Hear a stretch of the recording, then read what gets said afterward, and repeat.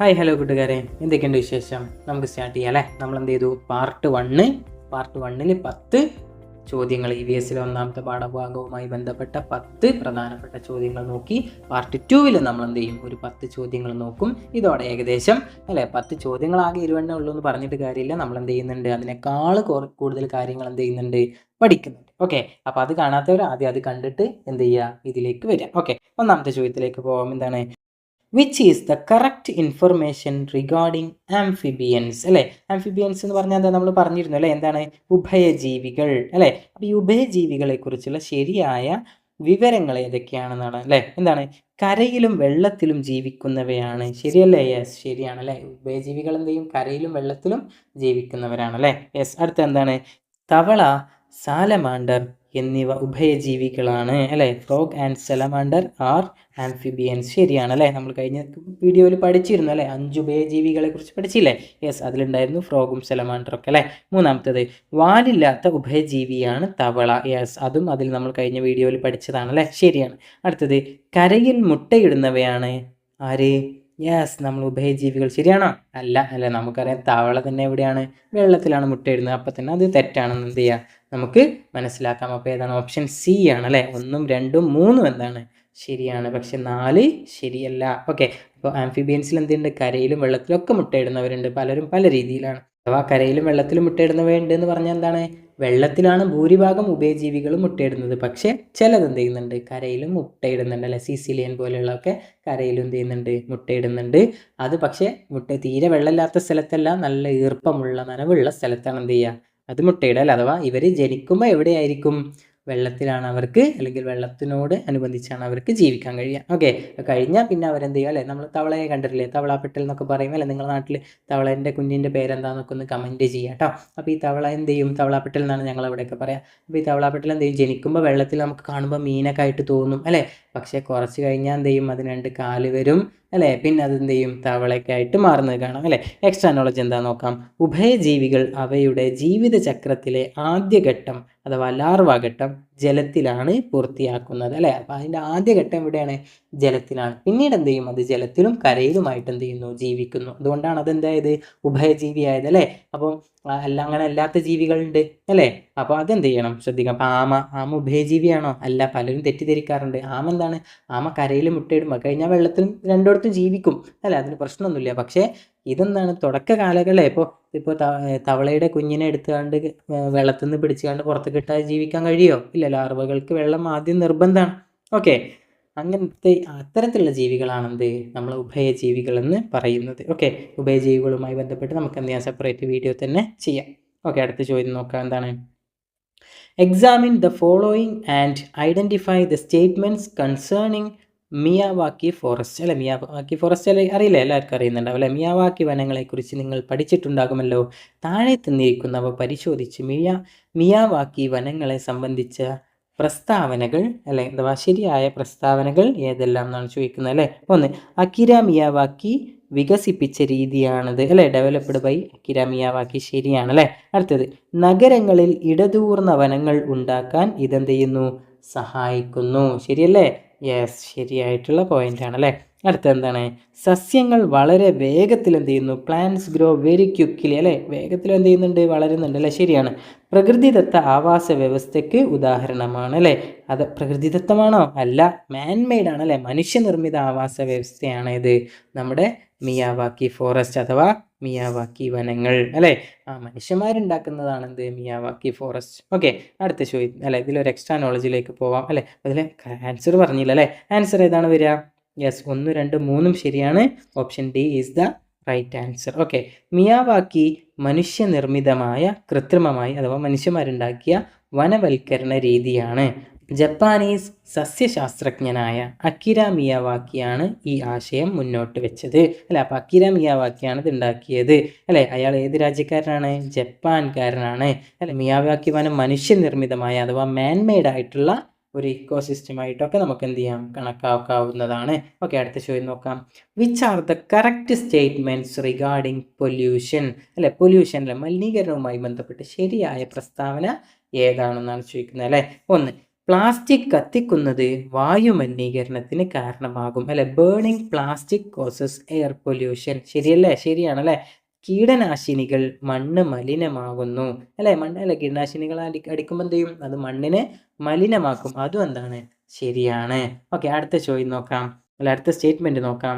ഫാക്ടറികളിൽ നിന്നുള്ള പുക ആസിഡ് മഴയ്ക്ക് കാരണമാകുന്നു. ശരിയാണ് അല്ലെ. ആസിഡ് മഴയ്ക്ക് കാരണമാകും. നമ്മൾ നേരത്തെ പഠിച്ചിരുന്നു അല്ലെ, കഴിഞ്ഞ വീഡിയോയിൽ പഠിച്ചിരുന്നു. നാലാമത്തെ നോക്കാം. കരിയിലകൾ കത്തിക്കുന്നത് പരിസ്ഥിതിക്ക് ദോഷകരമാണ് അല്ലെ. Burning dry leaves is harmful to the environment അല്ലെ. എൻവയോൺമെന്റിന് തെറ്റല്ലേ? യെസ്, അതും എന്താണ്? കരിയിലകൾ കത്തിക്കുന്നതും എന്തല്ല? നന്നല്ല. അപ്പൊ എല്ലാം ശരിയാണ്. D is the right answer. Okay, extra knowledge എന്താണ്?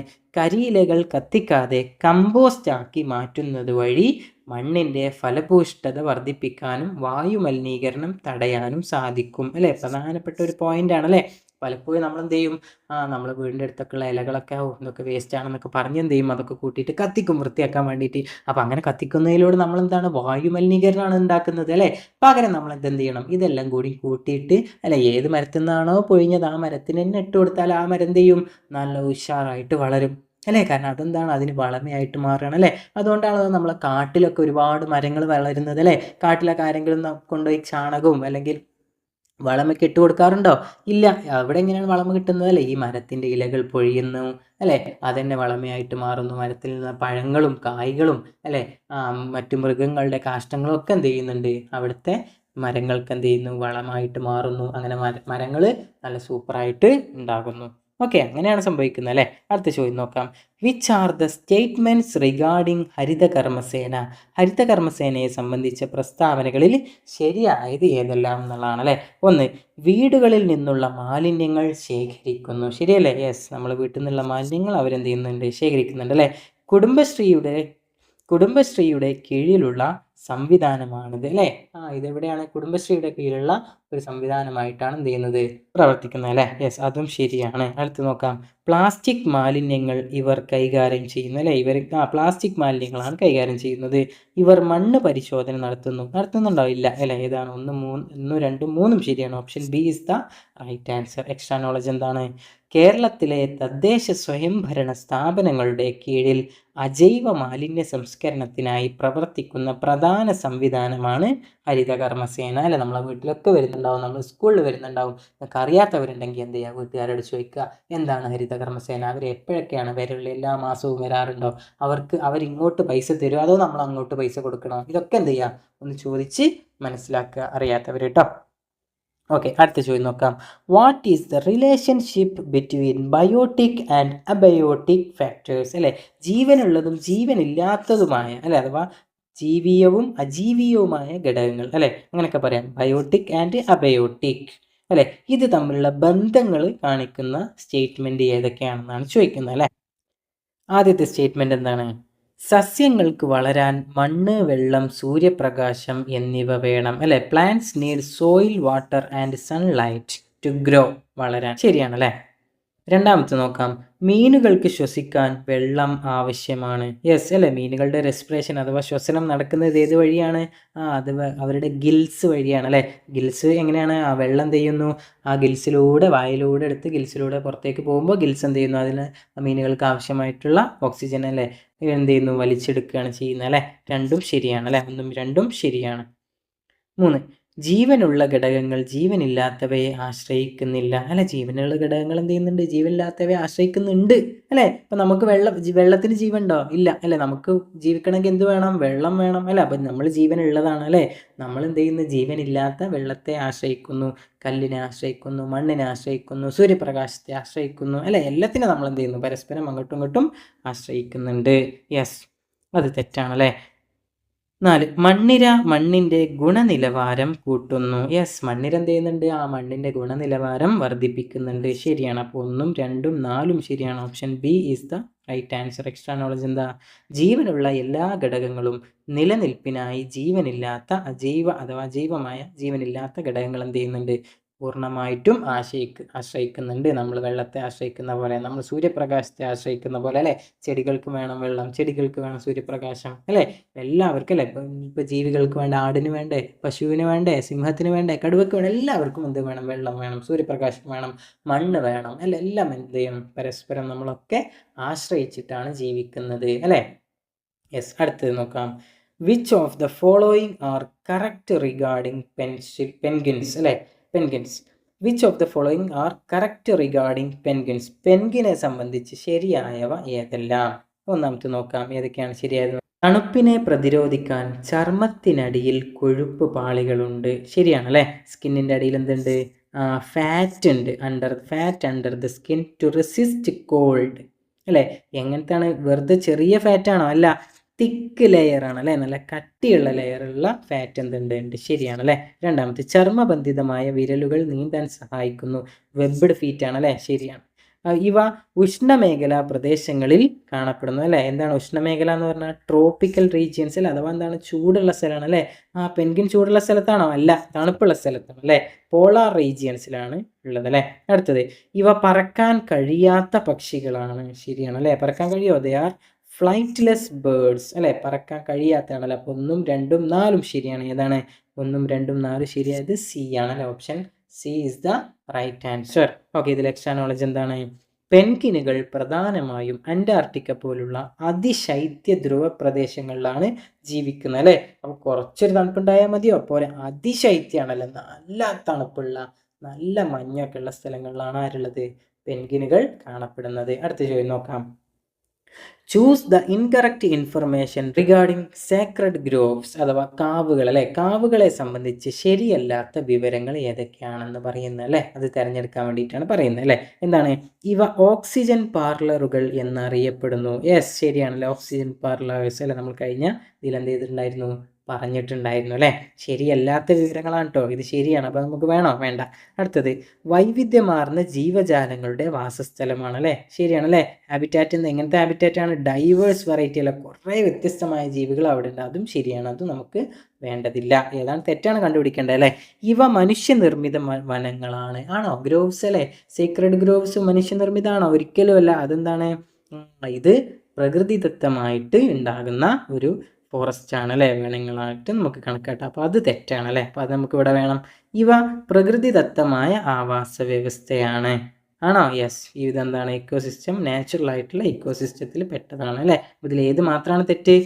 3 മാത്രമാണ് തെറ്റ്. അപ്പോൾ option D is the right answer. Extra knowledge എന്താണ്? കാവുകൾ പ്രകൃതിദത്തമായ ജൈവ വൈവിധ്യ കേന്ദ്രങ്ങളും ജലസംഭരണികളുമാണ്. അവ മനുഷ്യനിർമ്മിതമല്ല അല്ലേ. മനുഷ്യനിർമ്മിതമല്ല കാവുകൾ അല്ലേ. അടുത്ത ചോദ്യം നോക്കാം. Which of the following R eco friendly activities അല്ലേ. താഴെ പറയുന്നതിൽ ഇക്കോ ഫ്രണ്ട്ലി ആയിട്ടുള്ള ആക്ടിവിറ്റീസ് ഏതൊക്കെയാണെന്നാണ് ചോദിക്കുന്നത്. ഓക്കെ, എന്താണ്? 1, മഴവെള്ള സംഭരണികൾ നിർമ്മിക്കുക അല്ലെ. കൺസ്ട്രക്റ്റിംഗ് റെയിൻ വാട്ടർ ഹാർവെസ്റ്റിംഗ് അല്ലെ. റെയിൻ വാട്ടർ ഹാർവെസ്റ്റിംഗ് നല്ലതല്ലേ. ഓഫ് കോഴ്സ് അതെന്താണ്? നമുക്ക് നല്ലതാണ്. യെസ്, അത് ശരിയാണ് അല്ലേ. രണ്ടാമത്തെ സ്റ്റേറ്റ്മെന്റ് നോക്കാം. പുനരുപയോഗിക്കാൻ കഴിയുന്ന വസ്തുക്കൾ ഉപയോഗിക്കുക. യെസ്, ഓഫ് കോഴ്സ് അല്ലേ. റീയൂസബിൾ ആയിട്ടുള്ള മെറ്റീരിയൽസ് നമ്മൾ എന്ത് ചെയ്യണം? വീണ്ടും ഉപയോഗിക്കണം. അതിലൂടെ നമുക്ക് എന്ത് ചെയ്യാൻ പറ്റും? മെറ്റീരിയൽസ് സേവ് ചെയ്യാൻ പറ്റും അല്ലേ. അതും ശരിയാണ്. അടുത്തത്, ജലാശയങ്ങൾ നികത്തി കൃഷി ചെയ്യുക അല്ലെ. ജലാശയങ്ങൾ നികത്താൻ പാടുണ്ടോ അല്ലെ. മണ്ണക്കെട്ട് മൂടാൻ പാടുണ്ടോ? ഇല്ല അല്ലെ. അതെന്താണ്? തെറ്റാണ് അല്ലെ. Filling water bodies to do farming. എന്താണ്? കൃഷി ചെയ്യാൻ വേണ്ടിയിട്ട് ജലാശയങ്ങളൊക്കെ നികത്ത അല്ലേ. കൃഷി, അപ്പോൾ നമുക്ക് തോന്നും കൃഷി ചെയ്യാൻ വേണ്ടിയിട്ടില്ല, അത് നല്ല കാര്യമല്ലേ. പക്ഷേ അവിടെ നമ്മൾ എന്താണ് കേടുവരുത്തുന്നത് അല്ലേ. എന്താണ് നമ്മൾ നശിപ്പിക്കുന്നത്? ജലാശയങ്ങളാണ് അല്ലേ. അത് നശിപ്പിക്കാൻ പാടുണ്ടോ? ഇല്ല. അത് നശിപ്പിച്ചിട്ട് നമ്മൾ എന്ത് ചെയ്യരുത്? കൃഷി ചെയ്യരുത്. അല്ലാത്ത സ്ഥലങ്ങളിലാണ് നമ്മൾ എന്ത് ചെയ്യേണ്ടത്? കൃഷി ചെയ്യേണ്ടത് അല്ലേ. കൃഷിക്ക് വെള്ളം വേണ്ടേ. വെള്ളം കിട്ടുന്നത് എവിടെ നിന്നാണ്? ജലാശയത്തിൽ നിന്നാണ്. അപ്പോൾ ജലാശയം ഇല്ലാതെ കൃഷി ചെയ്യാൻ പറ്റുമോ? ഇല്ല അല്ലേ. അപ്പോൾ എന്താണ്? ഇത് തെറ്റാണ്. അടുത്തത് 4ാമത്തെ നോക്കാം. പ്ലാസ്റ്റിക് മാലിന്യങ്ങൾ ഹരിത കർമ്മസേനയ്ക്ക് നൽകുക. ശരിയല്ലേ. ശരിയാണല്ലേ. അതെന്താ? നല്ലൊരു കാര്യമാണ് അല്ലേ. അപ്പോൾ 1, 2, 3 എന്താണ്? അല്ല, 1, 2, 4 എന്താണ്? ശരിയാണ്. അപ്പോൾ option B is the right answer. അടുത്ത അല്ല, ഇതിൽ എക്സ്ട്രാ നോളജ് എന്താണ്? ജലാശയങ്ങളും വയലുകളും നികത്തുന്നത് ഭൂഗർഭ ജലനിരപ്പ് താഴാനും പ്രളയ സാധ്യത വർദ്ധിക്കാനും കാരണമാകും അല്ലേ. നമ്മൾ പാർട്ട് 1 പറഞ്ഞിരുന്നത് എങ്ങനെ എപ്പോഴാണ് ഏതൊക്കെയാണ് അല്ലേ, നമ്മൾ ദുരന്തങ്ങൾ പ്രകൃതി ദുരന്തങ്ങളെ കുറിച്ചൊക്കെ പറഞ്ഞിരുന്നു അല്ലേ, അതിൽ പറഞ്ഞിരുന്നു വെള്ളപ്പൊക്കമൊക്കെ പറഞ്ഞിരുന്നു അല്ലേ. ഇങ്ങനെയുള്ള പല പ്രളയ സാധ്യതക്കും കാരണമാകാൻ എന്താണ്, ഇത്തരം ജലാശയങ്ങളും വയലുകളൊക്കെ മണ്ണിട്ട് നികത്തിയാൽ ഇത്തരം പ്രളയ സാധ്യതകൾക്ക് കൂടുതലാണ് അല്ലെ. വെള്ളപ്പൊക്കം കണ്ടാൽ എന്ത് ചെയ്യും, അതൊക്കെ കാരണമാകും അല്ലെ. അടുത്ത ചോദ്യം നോക്കാം. Examine the following statements. താഴെയുള്ള സ്റ്റേറ്റ്മെന്റുകൾ എന്ത് ചെയ്യുക, പരിശോധിക്കാൻ വേണ്ടിയിട്ടാണ് പറയുന്നത്. ഓക്കെ. 1. ജീവനുള്ള ഘടകങ്ങളും ജീവനില്ലാത്ത ഘടകങ്ങളും പരസ്പരാശ്രയത്തിൽ കഴിയുന്ന ചുറ്റുപാടാണ് ആവാസ വ്യവസ്ഥ. ശരിയാണ് അല്ലെ. ആവാസ വ്യവസ്ഥ ഇക്കോസിസ്റ്റം എന്താണ്, ജീവനുള്ളതും ജീവനില്ലാത്തതും എല്ലാവരും കൂടി പരസ്പരം ആശ്രയിച്ച് കഴിയുന്നതാണ് എന്ത്, ഇക്കോസിസ്റ്റം. 1 ശരി അല്ലേ. 2 നോക്കുക. വൃക്ഷം വയൽ. ഇവിടെ 3 സ്റ്റേറ്റ്മെന്റേ ഉള്ളൂ കേട്ടോ. ചിലയിടത്ത് 4 ഉണ്ടാവാം, ചിലയിടത്ത് 3 ആവാം, ചിലയിടത്ത് 2 ആവാം, എന്തും ആവാം. ഓക്കെ. വൃക്ഷം, വയൽ, കുളം, അരുവി, കാവ് തുടങ്ങിയവ ചെറിയ ആവാസ വ്യവസ്ഥകളാണ്. ശരിയാണ് അല്ലേ. അതൊക്കെ ചെറിയതാണ് അല്ലേ. ഏതൊക്കെയാണ്, tree, field, pond, stream, sacred grove, ഇതൊക്കെ എന്താണ്, സ്മോൾ ഇക്കോസിസ്റ്റംസിൽ പെട്ടതാണ്. 3. വനം, പുൽമേട്, മരുഭൂമി, കടൽ, ധ്രുവപ്രദേശം തുടങ്ങിയവ വലിയ ആവാസ വ്യവസ്ഥകളാണ്. Forest, grass land, desert, sea, polar region, ഇതൊക്കെ എന്താണ്, ലാർജ് ഇക്കോസിസ്റ്റംസ് ആണ് അല്ലേ. അപ്പോൾ എന്ത് ചെയ്യുക, ഈ സ്മോൾ ഇക്കോസിസ്റ്റംസ് ഏതൊക്കെയാണെന്ന് കാണാതെ പഠിക്കുക, ലാർജ് ഇക്കോസിസ്റ്റംസ് ഏതൊക്കെയാണെന്നും എന്ത് ചെയ്യുക, കാണാതെ പഠിക്കുക. അതുപോലെ തന്നെ ഇക്കോസിസ്റ്റത്തിൻ്റെ ഡെഫിനിഷൻ നിർബന്ധമായിട്ടും ടെക്സ്റ്റ് ബുക്കിലുള്ളതുപോലെ എന്ത് ചെയ്യണം, കാണാതെ പഠിക്കാൻ വേണ്ടി ശ്രമിക്കണം അല്ലേ. ചിലപ്പോൾ ചോദിച്ചാൽ നമുക്ക് എന്ത് ചെയ്യാം, എഴുതാം. ഇനി ചോദിച്ചിട്ടില്ലെങ്കിലും കുറിപ്പുകളിലും നമുക്ക് എന്ത് ചെയ്യാം, അതൊക്കെ എഴുതി വെക്കാവുന്നതേ ഉള്ളൂ അല്ലേ. അപ്പോൾ ഇതിലേതാണ് ശരി, 1, 2, 3 ശരിയാണ് അല്ലേ. അപ്പോൾ ഓപ്ഷൻ എ 1, 2, 3 ശരിയാണ്. ഓക്കെ. എക്സ്ട്രാ നോളജ് എന്താണ്, ഒരു വലിയ മരം പോലും നിരവധി പക്ഷികൾക്കും പ്രാണികൾക്കും സൂക്ഷ്മജീവികൾക്കുമുള്ള ഒരു സൂക്ഷ്മ ആവാസ വ്യവസ്ഥയാണ്, അല്ലെങ്കിൽ ആവാസ വ്യവസ്ഥയാണ് അല്ല. ഒരു മരം പോലും എന്താണ്, ഒരു ആവാസ വ്യവസ്ഥയായിട്ട് നമുക്ക് കണക്കൂട്ടാം അല്ലേ. നമുക്കൊരു ഒരു മാവ് അല്ലെങ്കിൽ ഒരു ചെറിയ മരം ആയിക്കോട്ടെ, ആ മരത്തിനെ ആശ്രയിച്ച് ജീവിക്കുന്ന പുഴുക്കൾ ഉണ്ടാവും, നമ്മൾ കണ്ണിൽ കാണാത്ത ചെറിയ ജീവികൾ ഉണ്ടാവും അല്ലേ. പാട് പോലുള്ള ജീവികൾ അത് കഴിക്കുന്നുണ്ടാവും അല്ലേ. മണ്ണ് ആശ്രയിക്കുന്ന, വെള്ളം അല്ലെ, വെള്ളത്തെ ആശ്രയിക്കുന്ന അല്ലെ, ഇങ്ങനെ എല്ലാ തരത്തിലും പരസ്പരം ആശ്രയിച്ചിട്ടുള്ള ഒരു ഇക്കോസിസ്റ്റമായിട്ട് അല്ലെ ചെറിയ മരങ്ങൾ പോയിട്ട് എല്ലാം എന്ത് ചെയ്യും, ആവാസ വ്യവസ്ഥയിൽ ഉൾപ്പെടുന്നുണ്ട്. ഓക്കെ. അടുത്ത നമ്മൾ ലാസ്റ്റ് ചോദ്യമാണ്, 20ാമത്തെ ചോദ്യമാണ്. ഏതാണ്, find out which of the following are not direct adverse effects of air pollution അല്ലെ. വായു മലിനീകരണത്തിന്റെ ദോഷഫലങ്ങളിൽ ഉൾപ്പെടാത്തവ കണ്ടെത്തൂ എന്നാണ് അല്ലെ. ഉൾപ്പെടാത്തവയാണ്, ഉൾപ്പെടുന്നവയാണോ അല്ല, ഉൾപ്പെടാത്തതാണ് കണ്ടെത്തേണ്ടത് അല്ലെ. സ്റ്റേറ്റ്മെന്റ് ഒന്ന് നോക്കൂ. എന്താണ്, ചുഴലിക്കാറ്റാണ് അല്ലെ. ചുഴലിക്കാറ്റ് നമ്മൾ അന്തരീക്ഷത്തിലാണ് നടക്കുന്നത്. നമുക്ക് കേട്ടാൽ തോന്നും ഇത് വായുമലിനീകരണവുമായി ബന്ധപ്പെട്ടതാണെന്നല്ലേ. സൈക്ലോൺ അല്ലെ. എന്താണ്, ആണോ, അല്ല. നേരത്തെ നമ്മൾ ഈ ഒരു ഇടിമിന്നലൊക്കെ പറഞ്ഞതുപോലെ അത് പ്രകൃതിദത്തമായി ഉണ്ടാകുന്ന ഒന്നായിട്ട് എന്ത് ചെയ്യാം, അതിനെ കണക്കാക്കാം. ഓക്കെ. അപ്പോൾ അതെന്താണ്, ഉൾപ്പെടാത്തവയാണ് അല്ലെ. ഉൾപ്പെടാത്തതിനെ നമ്മൾ ശരിയിട്ടു അല്ലെ. രണ്ടാമത്തത് ആസിഡ് മഴ. ആസിഡ് മഴയ്ക്ക് കാരണം എന്താണ്, നമ്മൾ നേരത്തെ പഠിച്ചു അല്ലെ. എന്താണ്, വായു മലിനീകരണം തന്നെയാണ് അല്ലെ. അപ്പോൾ ഇത് നമുക്ക് വേണ്ട. അടുത്തത് വരൾച്ച. വരൾച്ചക്ക് കാരണം വായു മലിനീകരണമാണോ, അല്ല. അത് മറ്റു പല മലിനീകരണം അല്ലെങ്കിൽ മനുഷ്യന്റെ ചെയ്തികൾ കൊണ്ടുണ്ടാവുന്നതാണ് വരൾച്ച അല്ലെ. മരങ്ങൾ വെട്ടുക അല്ലെ, കാടുകൾ നശിപ്പിക്കുക, അതൊക്കെ എന്താണ്, വരൾച്ചക്ക് കാരണമാവും അല്ലെ. പക്ഷെ വായു മലിനീകരണത്തിന്റെ ദോഷഫലങ്ങളാണോ വരൾച്ച, അല്ല അല്ലെ. അപ്പൊ അത് നമുക്കിവിടെ ശരിയാണ് അല്ലെ. ആഗോളതാപനം അല്ലെ, ഗ്ലോബൽ വാർമിങ്ങും എന്തുമായി ബന്ധപ്പെട്ടതാണ്, നമ്മുടെ ഇത്തരം വായു മലിനീകരണവുമായി ബന്ധപ്പെട്ട ഒന്ന് തന്നെയാണ് അല്ലെ. അപ്പോൾ പല കുട്ടികൾക്കും എന്താണ് ഈ ഗ്ലോബൽ വാർമിംഗ് എന്നുള്ളതിലൊരു സംശയം ഉണ്ടാവും അല്ലെ. ജസ്റ്റ് ഷോർട്ടാക്കി പറയാം. ഗ്ലോബൽ എന്ന് പറഞ്ഞാൽ എന്താ അല്ലെ, മൊത്തത്തിലുള്ള ഗ്ലോബൽ എന്നാ ഉദ്ദേശിക്കുന്നത് അല്ലെ, ആഗോളം. വാർമിംഗ് എന്ന് പറഞ്ഞാൽ എന്താ, താപം, ചൂട് അല്ലെ, ചൂട് അല്ലെ. അപ്പോൾ വാർമിംഗ് അല്ലെ. അപ്പോൾ മൊത്തത്തിൽ നമ്മൾ അന്തരീക്ഷത്തിൽ, കരയിലും കടലിലും ഒക്കെ അന്തരീക്ഷത്തിൽ ഇങ്ങനെ ചൂട് കൂടാൻ കാരണം എന്താണ്, ഈ ആഗോളതാപനം, അല്ലെങ്കിൽ അതാണ് ഈ ആഗോളതാപനം അല്ലേ. അപ്പോൾ ഈ ആഗോളതാപനത്തിന് കാരണം എന്താണ്, നമ്മൾ വായു മലിനീകരണമാണ് അല്ലേ. ഇപ്പോൾ ഉദാഹരണത്തിന് നമ്മൾ എന്ത് ചെയ്യണം, തീയൊക്കെ കൊടുത്ത് ഇങ്ങനെ നല്ല ഉഷാറായിട്ട് കത്തിക്കണം. അപ്പോൾ എന്ത് ചെയ്യും, ആ ചൂട് കാറ്റ് മുകളിലേക്ക് പോലെ, അപ്പോൾ അല്ലെങ്കിൽ വാഹനത്തിൽ നിന്നുള്ള പുകയൊക്കെ എന്ത് ചെയ്യണം, അന്തരീക്ഷത്തിൽ പടരുകയാണ് അല്ലേ, വായു മലിനീകരണമാണ് അല്ലേ. അതുപോലെ തന്നെ ഫാക്ടറികളിൽ നിന്നുള്ള പുക എന്താ, ഇതൊക്കെ എന്ത് ചെയ്യും, അന്തരീക്ഷത്തിൽ ഇങ്ങനെ നിൽക്കുമ്പോൾ നമ്മൾ ആകാശത്ത് നിന്നല്ലേ, സൂര്യനിൽ നിന്ന് വരുന്ന ചൂട് എന്ത് ചെയ്യും, ഇവിടുന്ന് ഇങ്ങനെ പുറന്തള്ളി പോകണം. അപ്പോഴാണ് നമുക്ക് ചൂട് കുറയുക അല്ലേ. പക്ഷെ ഇതെന്ത് ചെയ്യുന്നില്ല, പുറന്തള്ളി പോകുന്നില്ല. കാരണം എന്താ, നമ്മളിവിടെ ആകെ അന്തരീക്ഷത്തിലെ പൊടിപടലങ്ങളും പുകയൊക്കെയാണ് അല്ലേ. അപ്പോൾ ആ ചൂടൊക്കെ ഇവിടെ ഇങ്ങനെ നിൽക്കും, നമ്മളിവിടെ എന്ത് ചെയ്യും, അന്തരീക്ഷത്തിൽ ചൂട് കൂടും. ഇതിനാണ് എന്ത് പറയുക, ആഗോളതാപനം എന്ന് പറയാം. ഓക്കെ. അപ്പോൾ ഇതിൽ എക്സ്ട്രാ ഇതിൽ ആൻസർ പറഞ്ഞിട്ടില്ല അല്ലേ. എന്താണ്, ഇത് തെറ്റാണല്ലേ. 1, മൂന്നും എന്താണ് ഇതിൻ്റെ ദോഷഫലങ്ങളിൽ ഉൾപ്പെടാത്തവയാണ് അല്ലേ. അപ്പോൾ ഏതാണ് ഉത്തരം? ഓപ്ഷൻ എ ആണ് ഉത്തരം. ഓക്കെ, ഇത് ചോദ്യത്തിലൊക്കെ എന്താണ് ഉൾപ്പെടാത്തവ കണ്ടെത്താനാണ് പറഞ്ഞിട്ടുള്ളത് അല്ലേ. അപ്പോൾ ഇത്തരം ചോദ്യങ്ങളൊക്കെ കൺഫ്യൂഷൻ ഉണ്ടെങ്കിൽ രണ്ടാമതൊന്നും കൂടി കേട്ട് രണ്ടാമതൊന്നും കൂടി ചെയ്തൊക്കെ നോക്കുക. ഓക്കെ, അപ്പോൾ ചോദ്യം വായിക്കുമ്പോൾ നന്നായിട്ട് ശ്രദ്ധിക്കണം. ശരിയല്ലാത്തവ, ശരിയായവ, ഉൾപ്പെടാത്തവ, ഉൾപ്പെടുന്നവ അല്ലേ, അങ്ങനെയൊക്കെ എന്ത് ചെയ്യും, വ്യത്യസ്ത രീതിയിൽ ചോദിക്കും. ചിലയിടത്ത് ഒന്നും ചോദിക്കൂല അല്ലെ, താഴെയുള്ള പ്രസ്താവനകൾ ശ്രദ്ധിക്കുമെന്ന് മാത്രമേ ചോദിക്കുള്ളൂ. പക്ഷെ ഓപ്ഷനിൽ ഉണ്ടാവും ശരിയാണ്, ശരിയല്ല, തെറ്റാണെന്നൊക്കെ ഓപ്ഷനിൽ ചിലപ്പോൾ കാണിക്കും. അപ്പോൾ ആ ചോദ്യം നന്നായിട്ട് വായിച്ച് മനസ്സിലാക്കുക എന്നുള്ളതാണ് നമ്മൾ ആദ്യമായിട്ട് ചെയ്യേണ്ടത് അല്ലേ. അപ്പോൾ നമ്മുടെ ചാനൽ ഇതുമായി ബന്ധപ്പെട്ട വ്യത്യസ്തങ്ങളായിട്ടുള്ള ഒരുപാട് എല്ലാ പാഠത്തിൻ്റെ ഒക്കെ നമ്മൾ എന്ത് ചെയ്യും ഇടും. അപ്പോൾ ഒരുപാട് ഓൾറെഡി ഇട്ടിട്ടുണ്ട്. അതൊക്കെ എന്ത് ചെയ്യുക, കാണാൻ നന്നായിട്ട് പ്രാക്ടീസ് ചെയ്യുക. അപ്പോൾ പിന്നെ നമുക്ക് എന്ത് ചെയ്യില്ല, ഇത്തരം സ്റ്റേറ്റ്മെൻറ്റ് ക്വസ്റ്റ്യൻസ് ഒന്നും നമുക്ക് ഡൗട്ടൊന്നും ഇല്ലാതെ എളുപ്പത്തിൽ എന്ത് ചെയ്യാൻ പറ്റും, ചെയ്യാനൊക്കെ പറ്റും. ഓക്കെ, അപ്പോൾ നിങ്ങൾ എന്ത് ചെയ്യുക, നമ്മുടെ വീഡിയോ ഒക്കെ ഇഷ്ടപ്പെട്ടിട്ടുണ്ടെങ്കിൽ ലൈക്ക് ചെയ്യുക, ഷെയർ ചെയ്യുക, സബ്സ്ക്രൈബ് ചെയ്യുക, നിങ്ങളുടെ അഭിപ്രായങ്ങളൊക്കെ കമൻറ്റിലൊക്കെ രേഖപ്പെടുത്തുക. Okay, thank you. എല്ലാവർക്കും നല്ലൊരു ദിനം ആശംസിക്കുന്നു.